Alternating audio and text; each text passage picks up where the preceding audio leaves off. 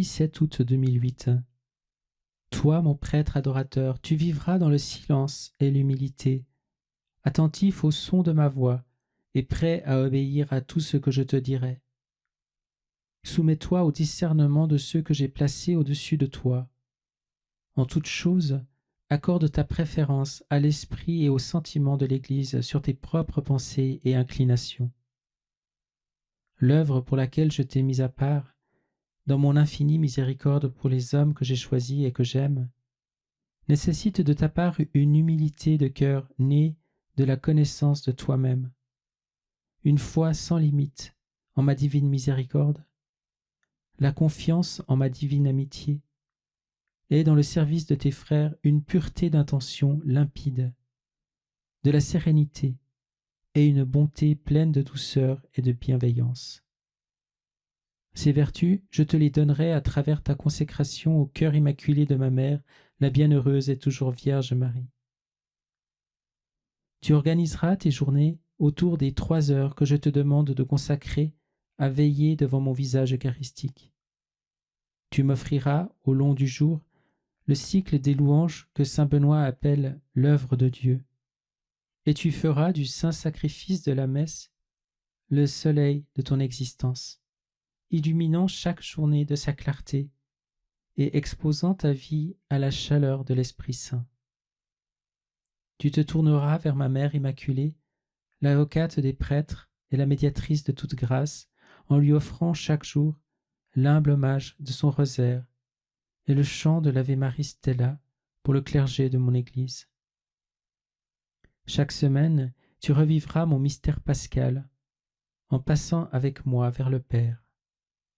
Le jeudi soir, tu offriras le saint sacrifice et veilleras en adoration devant mon visage eucharistique. Chaque jeudi, tu méditeras mon ultime discours dans l'évangile de Jean, du chapitre 13 au chapitre 17. Ainsi tu commémoreras les dons et les mystères du Cénacle, le sacrement de mon corps et de mon sang, et le sacrement des saints ordres. Aussi souvent que possible, tu partageras ces jeudis au Cénacle avec tes frères du clergé. Le vendredi, tu me feras l'offrande d'un acte de pénitence approprié, en réparation pour tes péchés et pour les péchés de tous mes prêtres. Je te chercherai du haut de ma croix. Je veux te trouver là, sur le calvaire, auprès de ma douloureuse mère et de Jean, mon disciple bien-aimé. Chaque vendredi, reçois en ton cœur, comme si tu les entendais pour la première fois, les paroles que j'ai prononcées sur la croix. Contemple mon côté transpercé par la lance du soldat, pénètre dans le sanctuaire de mon cœur ouvert et adore mon précieux sang. Reçois l'effusion de mon Esprit Saint et abîme-toi dans le silence et le recueillement, comme le fit Jean avec Marie ma mère quand tout fut accompli. Le samedi est le jour qui, à un titre particulier, appartient à ma mère en sa solitude et son espérance. Tu vivras chaque samedi en sa compagnie, célébrant autant que possible sa messe et l'office divin en son honneur, et lui offrant un témoignage particulier d'affection filiale. Le dimanche est le jour de ma sainte et glorieuse résurrection. J'ouvrirai tes yeux à la vision de mon Père et t'attirerai avec moi en son étreinte. Sois attentif, le dimanche, au labeur de tes frères dans le ministère sacré.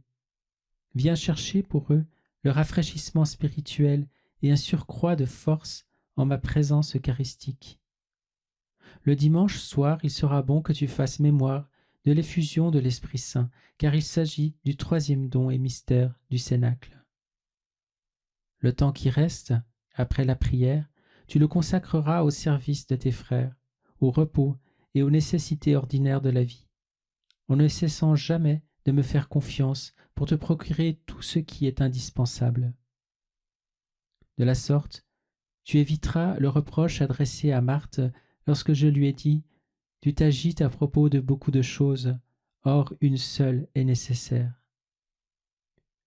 Tu te lèveras et te coucheras à une heure fixe, et lorsque tu y seras autorisé, tu pourras venir devant mon visage eucharistique pour m'adorer durant les heures de la nuit.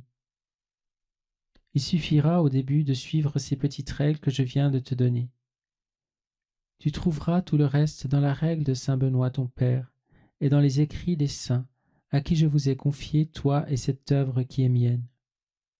Je te soutiendrai selon ma promesse et tu vivras, et je ne décevrai pas ton espérance. Plus tard, il m'a dit, je t'ai consacré prêtre, adorateur de mon visage eucharistique. Dimanche 24 août 2008. J'ai beaucoup à te dire. Pourquoi hésites-tu? Pourquoi ne prends-tu pas la plume pour écrire les paroles que mon cœur adresse au tien? Je suis fidèle. Je ne te délaisserai pas et ne reviendrai sur aucune des promesses que je t'ai faites. Regarde, le temps de leur accomplissement a déjà commencé, comme je l'avais annoncé. Bientôt, très bientôt, nous vivrons ensemble sous un même toit, et mon visage eucharistique sera la joie et la lumière de ton existence. Je t'ai donné cet évêque. Il comprend mon appel sur toi. Il permettra que les désirs de mon cœur eucharistique se réalisent, et il hâtera leur réalisation. Témoigne-lui du respect et de la gratitude. Je l'ai choisi pour toi, et ceci est le lieu que j'ai préparé pour toi. Ma très sainte mère t'accompagne, elle pourvoira à tous tes besoins.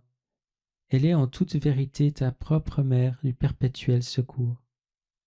Elle est ton avocate et l'avocate de chaque prêtre, quelles que puissent être les circonstances de sa vie. Sois fidèle à tout ce que je t'ai demandé.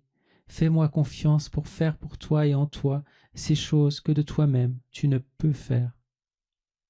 Je te donnerai force et énergie, non seulement pour ton âme, mais aussi pour ton corps. Ainsi seras-tu en mesure de correspondre activement à mes desseins sur ta vie. Maintenant, je te bénis. Je fais briller la lumière de mon visage eucharistique sur toi. Ma Mère Immaculée ouvre aussi ses mains sur toi. Une pluie de grâce tombe d'elle en ton âme et sur ceux que tu recommandes à son cœur miséricordieux.